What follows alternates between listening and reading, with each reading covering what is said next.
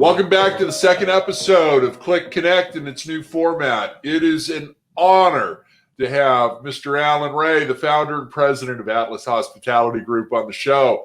And Alan is the other one that really made my career in hospitality. Alan, how are you? I am great, Craig. How are you this morning? Very good, thank you. Hey, congratulations. I know your team's had a couple of closings recently, and that's wonderful news. As being the voice of California hotels, what are you seeing and hearing out there right now? Well, obviously, we've had a big impact on the hotel business here in California with coronavirus and the slowdown that the hotel owners are all experiencing from average daily rate and occupancy. Still have quite a few hotels that are closed down, and that's been a big impact on the level of hotel sales. So transactions are way down, especially when we look at from April 1st on. So it's been a very, very slow / quiet market. It has been. Are you stress testing a lot of portfolios for various lenders at this time? Yes, we are.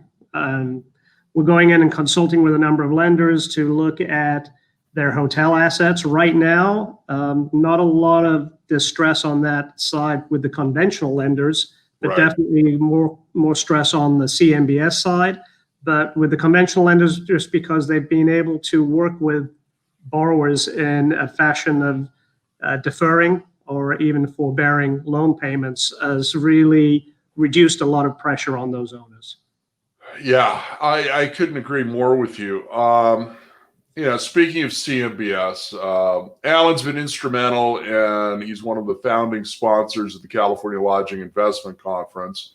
And Alan has been helping me with getting some speakers to speak about CMBS that will be at the conference. We'll be making some announcements soon on that front.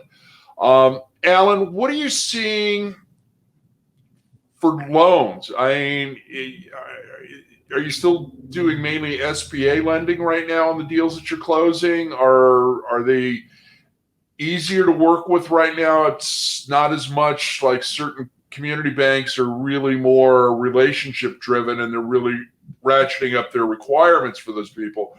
So is SBA is the faucet still on for an SBA loan? Yes, on the SBA side, it's still fairly active, but with the conventional side and commercial banks, just because of their concern with their existing portfolios, it's becoming somewhat more difficult to find financing. So for larger transactions, it's really dried up. So their alternatives are private money lending, or if they have existing relationships with a number of different assets that they can put up as collateral, they can work with those lenders. But it's typically SBA or private money.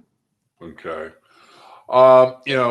We've had a lot of furloughs and layoffs on the brand side and the franchise development teams. How's that going right now? Are you finding that some of these guys are coming back? Are they easy? Is it getting easier to deal with the brands right now? The brands are working with a lot of the owners just because obviously they know these are tough times right now. So they're not coming in and enforcing property improvement plans. They are definitely working with the borrowers and giving them more time. Great. That's good news. Just my gut feeling, and please correct me if I'm wrong, but I think that once we get through this, we're going to see some changes. I think lenders are going to mandate, much like they did after 9/11, that there's going to be some sort of new insurance policy that's going to have to come out. I think they're also going to increase cash reserves, take that, well beyond 18 or 24 months. It could be, another 12 on top of that. What's your feeling on that? I agree with you. I think that's when we get through this pandemic, it is not going to be back to normal.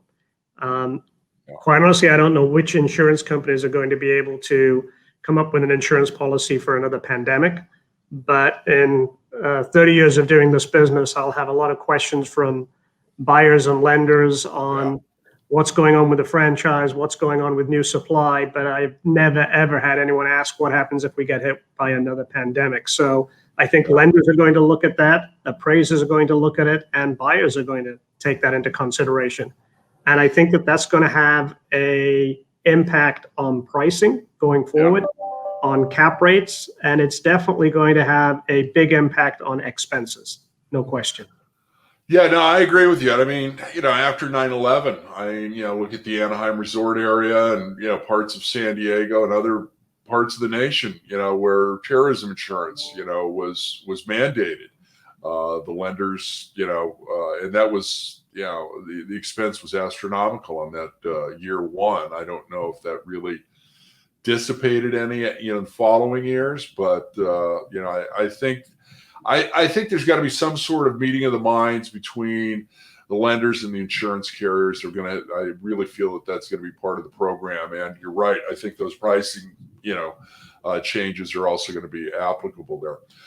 What are you seeing with new development right now? I mean, last episode, I just talked to our friend Drew Hardy at 24/7 Hotels, and they've got multiple assets that are, under construction.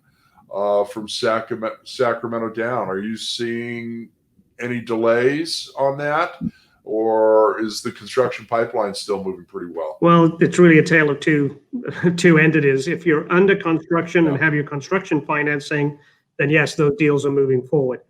For those projects that were in planning, a record number are now being deferred or abandoned altogether, and hotel developers are pivoting on those projects to alternative use, mainly residential, either apartments or condominiums. We do have a number of under construction projects that have now closed down and have run out of money, primarily in Coachella Valley.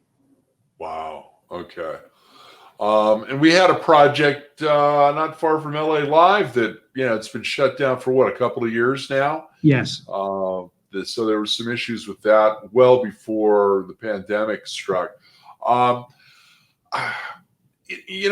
you think in the vertical markets, okay, let's look at San Francisco, downtown Los Angeles, possibly downtown Sacramento and the Gaslamp Quarter in San Diego.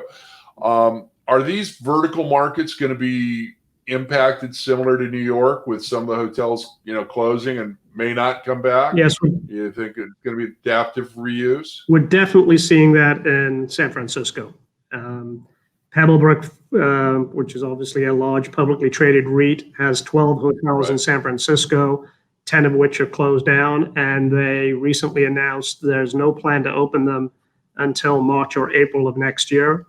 The situation in San Francisco, with the city introducing new cleaning protocols, and obviously business being way down, even though hotels are allowed to reopen, the vast majority, especially the larger full-service convention meeting hotels, have elected not to reopen.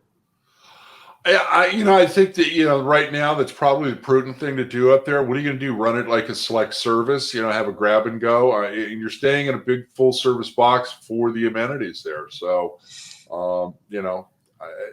what do you do? Well, San Francisco, a recent study by Yelp says that over 60% of the restaurants in the city are not going to reopen.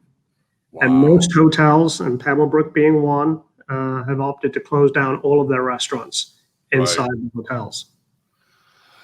Alan, we are just about out of time, my friend. So it is time for you to give a shameless plug. How can people get a hold of you, to give you and your team a listing or get some great information, please? Sure. Thanks, Craig. You can always call me direct, Alan Reay, at 949-622-3409, or email at Alan, A-L-A-N, at atlashospitality.com.